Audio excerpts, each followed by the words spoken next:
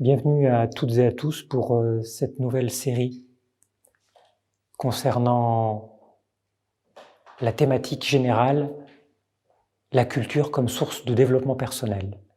Nous avions vu la dernière fois que l'homme est ombre et lumière, comme les dieux grecs sont ombre et lumière, puisque ces dieux grecs sont des projections de notre propre psyché. Nous avons vu donc la lumière à travers les projections du soleil et de la lune. Aujourd'hui, nous allons voir l'ombre. Qu'est-ce que l'ombre ? L'ombre, d'abord, c'est comme dans une église, ce qui ne se voit pas, qui est invisible, c'est-à-dire ce qui est sous terre, une crypte. L'ombre, c'est aussi, si je prends l'analogie d'une maison, les fondations d'une maison, la cave d'une maison. Et souvent, nous nous contentons de vivre au rez-de-chaussée ou au premier étage de notre maison par peur de descendre dans cette cave.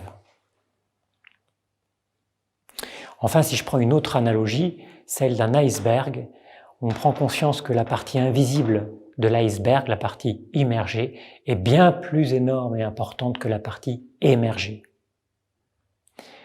Il en va de même dans nos vies. L'ombre qui nous constitue est énorme.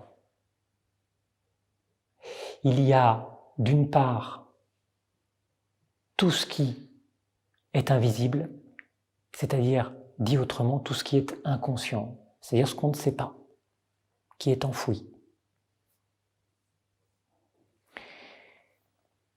Quelles sont les différentes facettes de l'ombre ? C'est ce que nous allons voir aujourd'hui. Il y a la facette de nos peurs, nos hontes, nos angoisses, nos erreurs, nos phobies. Mais il y a aussi les mémoires de notre double lignage, celui de notre père et de notre mère, c'est-à-dire les mémoires de nos ancêtres, ce qu'on appelle les problèmes, quand il y en a, transgénérationnels. Il y a aussi dans l'ombre ce qui n'a pas été activé chez nous, c'est-à-dire des talents cachés, des potentiels que nous avons et que la vie ou notre conditionnement fait que nous n'avons pas pu les exploiter. Ou nous n'en avons même pas conscience. L'ombre, c'est tout ça. Pour pouvoir introduire cette notion de l'ombre et parler de nos peurs, j'aimerais recourir à un support mythologique qui est très ancien, qui est très très ancien. Nous remontons dans l'Égypte ancienne et nous allons jusqu'à la 12e dynastie.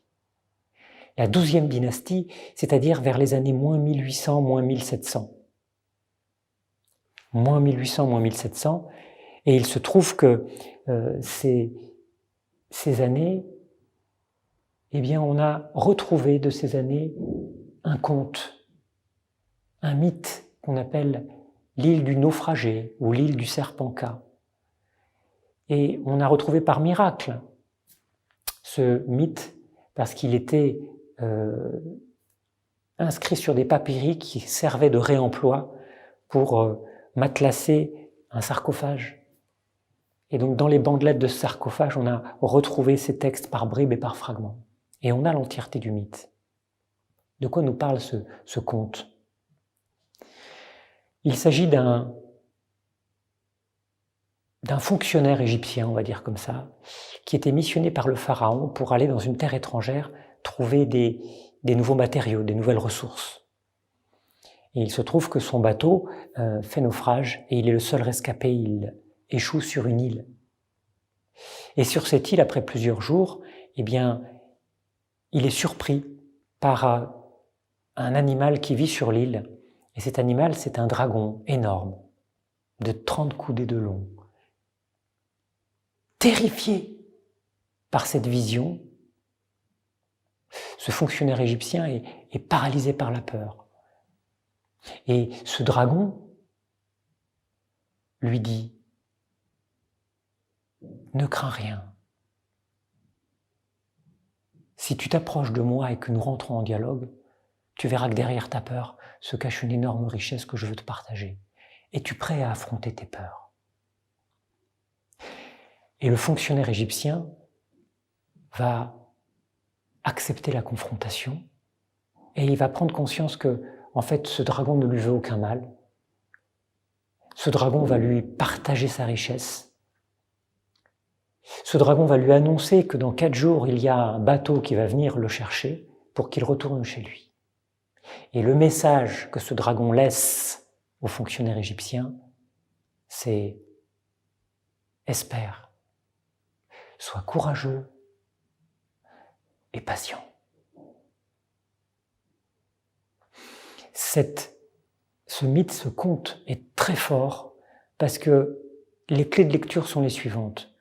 Si nous acceptons dans nos vies de nous confronter à nos peurs au lieu de fuir ou au lieu d'enfouir ce qui nous fait peur, si nous acceptons cette confrontation, si nous acceptons d'ouvrir la porte de la cave de notre âme, cet endroit où il fait humide, où il fait sombre, où nous avons peur, eh bien, il se trouve que si nous acceptons cette confrontation, derrière nos peurs se trouve une richesse à laquelle nous pouvons accéder.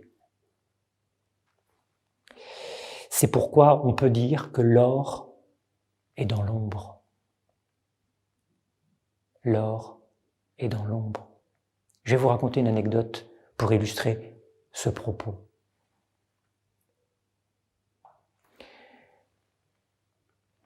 Il y a un homme qui s'est marié et cet homme jeune marié avait un talent.